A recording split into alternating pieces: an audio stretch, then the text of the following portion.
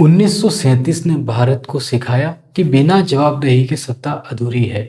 1942 ने सिखाया कि बिना जनता की स्वीकृति के शासन टिक नहीं सकता और 1943 ने पूरी दुनिया को दिखाया कि नियम इंसान से बड़े नहीं हो सकते।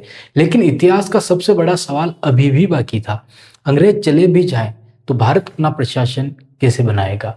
15 अगस्त 1947 भारत आज़ाद हो चुका था, लेकिन आज़ादी के साथ ही देश के सामने ऐसी चुनौतियां खड़ी थी जिनका सामना शायद ही किसी नए राष्ट्र ने एक साथ किया हो। देश का विभाजन, लाखों शरणार्थी, सैकड़ों रियासतों का विलय, दंगे और भारत में भूखमरी और एक नया संविधान बनाने की जिम्मेदारी। सवाल केवल सरकार बनाने का नहीं था, सवाल था राज्य को चलाएगा कौन। अंग्रेजों की इंडियन सिविल सर्विस आईसीएस वर्षों तक साम्राज्य चलाने का सबसे बड़ा हथियार रही थी। उसे steel frame of the British Empire कहा जाता था। उसका उद्देश्य जनता की सेवा नहीं बल्कि ब्रिटिश शासन को बनाए रखना था। लेकिन क्या आजाद भारत भी उसी प्रशासनिक ढांचे को अपनाएगा? यही सरदार वल्लभ भाई पटेल ने एक ऐतिहासिक निर्णय लिया। उन्होंने कहा, अगर देश को एक रखना है तो देश को एक निष्पक्ष, ईमानदार और अखिल भारतीय सिविल सेवा चाहिए। ऐसी सेवा जो किसी राज्य की नहीं, किसी राजनीतिक दल की नहीं, बल्कि संविधान की वफादार हो। भारत में इसी सोच ने इंडियन एडमिनिस्ट्रेटिव सर्विस आईएएस और इंडियन पुलिस सर्विस आईपीएस जैसी अखिल भारतीय सेवाओं का जन्म हुआ। लेकिन केवल नया नाम देने से प्रशासन नहीं बदलता, इसलिए भारत के संविधान ने पहली बार प्रशासन को भी कानून के दायरे में बांध दिया। आर्टिकल 309 से 323 तक लोक सेवाओं की व्यवस्था बनाई गई।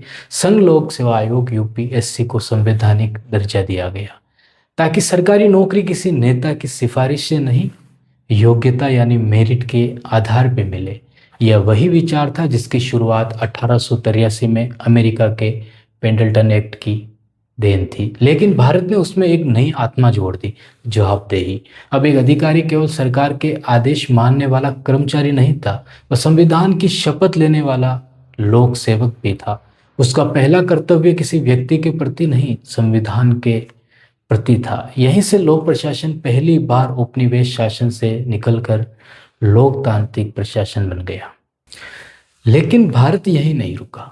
संविधान निर्माताओं ने समझ लिया था कि केवल कुशल प्रशासन काफी नहीं है।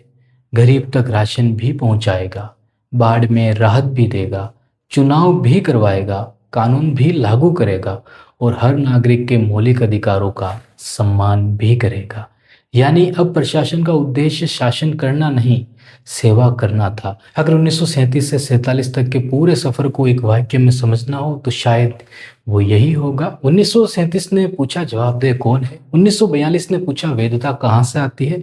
1943 ने पूछा क्या नियम इंसान से बड़े हैं और 1947 ने जवाब दिया लोक प्रशासन की सबसे बड़ी ताकत संविधान, जनता और जवाबदेही है। आज जब कोई आईएएस अधिकारी, कोई आईपीएस अधिकारी या कोई भी लोक सेवक संविधान की शपथ लेता है तो वह केवल नौकरी की शुरुआत नहीं करता, वह उन 10 वर्षों के संघर्ष, उन करोड़ों भारतीयों की उम्मीद और संविधान निर्माताओं के विश्वास की जिम्मेदारी अपने कंधों पे उठाता है। यही लोक प्रशासन का सबसे बड़ा सत्य है। राज्य की असली ताकत उसकी इमारतों में नहीं होती, उसके कानूनों में भी नहीं होती, बल्कि उन लोगों में होती है जो सत्ता मिलने के बाद भी संविधान के प्रति जवाबदेह रहते हैं। सीरीज का ये अंतिम संवाद आज़ादी के पहले का हमने समझा। अब इस देश में संविधान भी लागू होगा, इस देश में आर्टिकल भी बनेंगे और एक लोक प्रशासन की नई शुरुआत भी होगी। तो कैसी लगी ये शॉर्ट क्लास हमें कमेंट करके जरूर बताना। मिलते हैं हमारे नेक्स्ट क्लास में। बहुत बहुत धन्यवाद।